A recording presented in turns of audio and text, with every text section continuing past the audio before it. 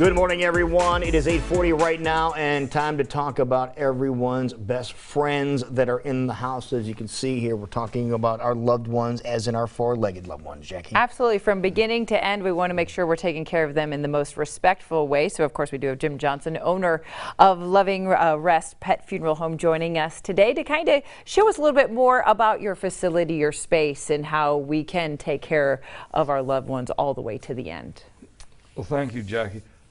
It's incredible how important the afterlife is to veterinarians and the pet owners.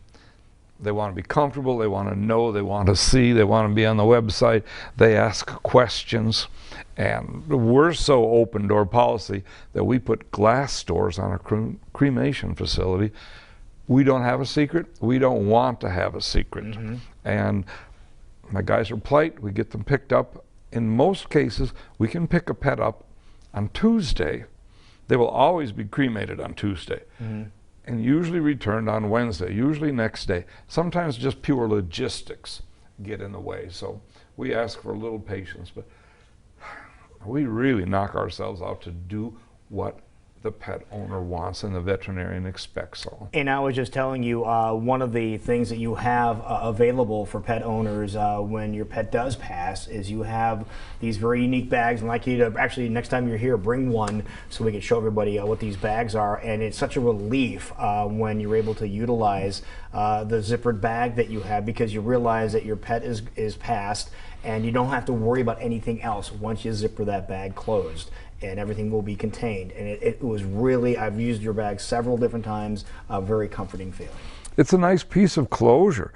I encourage the veterinarian clinics to let the people zip the bag up. Yes, we did on several occasions, yes. And take a Sharpie and put a heart and I love you and a little goodbye.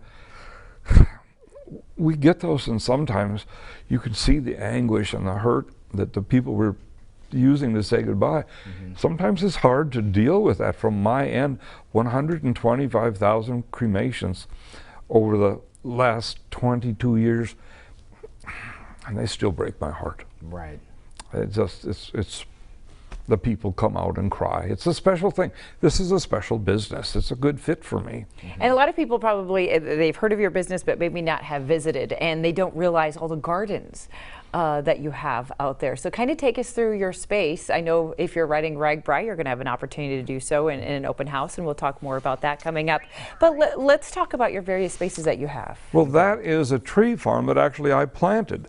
And that picture might be from a couple of years ago, but to have actually made a forest is magic. We do something called green burials. What is green burial? A green is, your pet is wrapped in a biodegradable cloth, put in the ground with a temporary only marker. I would never want to quote the Bible exactly, but ashes to ashes, dust to dust. Your pet returns to the soil as beautifully and nicely as can be imagined, and that's a green burial. Okay. And it's actually located right along the edge. This picture was taken literally by standing on where those graves would be. Okay. But it is an unmarked grave after the temporary marker is removed. Okay. And this is what we call a pillow section. The pillow section. Why is it? Because of the little markers you have on there? Well, the pads are like a sidewalk, but I call them a pillow. The concrete pad is actually the pillow, but this made it affordable. This is a less expensive garden, but a very nice one, and those aluminum plates on top of the granite have photos on them. So just a very nice burial option. But when we go along it with a weed whipper or a mower, we're doing lots of burial plots with one pass.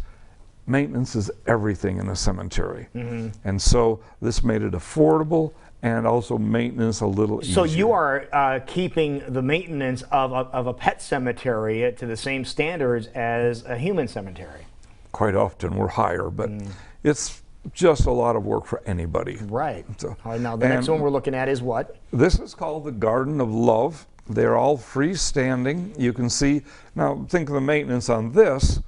Every stone has 4 sides. And those 4 sides are 24 inches or something. And we have, as you can tell, quite a broad a selection of stones and options, and you can see, if you look in kind of the ones right behind that little angel, those actually have also metal photo plates on them. So we just try to have everything that somebody would Now, want. those stones that we just saw right there, do you guys have those hired to have those created, or how is those? How do you get those? The pet owner works with my daughter for what they want on there. We don't get quite as elaborate as some of the human stones, though we have human engravers do our work for us, but ours are maybe a little simpler because they get into so many pictures and things. And Right. we operate off kind of fixed costs, this much and this much, and these are your options, and that seems to be a good fit for people. Okay. What are we looking at here? Okay, the Thompsons, wonderful people from Ankeny, and behind that is the gazebo, and people will have little, I hate to call them, I don't know, they'll bury their pet and they'll come back to visit and they'll bring their family, they'll have little picnics in the gazebo, and the Thompsons Zoo, they just are great pet owners with standard sized poodles and some smaller pets, and they wanted to, that's called an estate. They bought, I believe, 12 burial plots, and we put one stone in the middle. This is the Kelso Wickman Lindman, I believe it is. It's a family, and they have not only that big stone base, but they've got bases coming off the side. They moved quite a few pets from the old pet cemetery as well, when that closed on Army Post Road several years ago.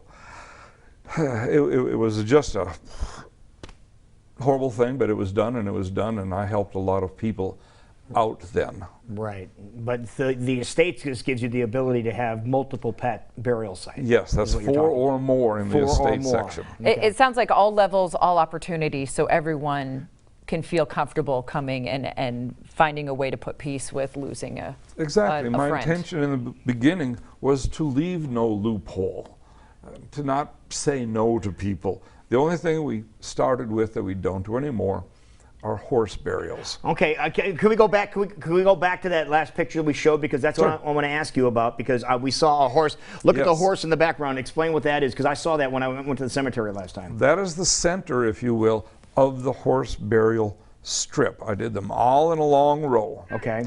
And we've got about 30 horses buried, all with their own stone. The flaw we got into is the backhoe necessary to dig that sized hole. It just seemed every time someone wanted a horse buried, it had just finished a monsoon period of a month. We had ruts and giant sloppy mess.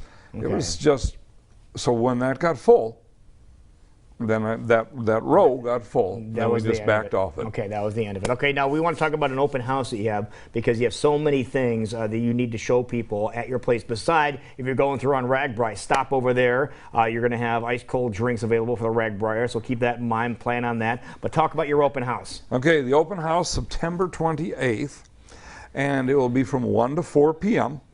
It might start early and run late, but that's basically the intention of after work on Saturday. The majority of the clinics close at noon, and everyone's welcome. If you're a pet owner and you've got a little pet, the sad thing is that those pets also grow old. And so come and see. Be comfortable with your afterlife pet care provider. There are some horror stories in this state. It's an agricultural state, and we won't go down that road. You're not going to have horror stories over at LovingRest. No. Okay. Nope. More details, if you want to give them an email, info@lovingrest.com. Otherwise, lovingrest.com is the website you need to go to as well to get all the details, find out exactly where they're located. If you are riding Ragbri, beautiful opportunity to stop by, say hello, tour the grounds, and meet the wonderful Jim Johnson. He would be happy to show you around. But don't forget about that open house coming up in September as well. Thank you, sir, for joining us today. Well, thank you for having me. So Ragbri's ice cold drinks at no charge. Ice cold drinks. I'll have Burma shave signs to let you know when to stop. Perfect. Thank you, sir. Good to see you again. Oh, thank All you. right.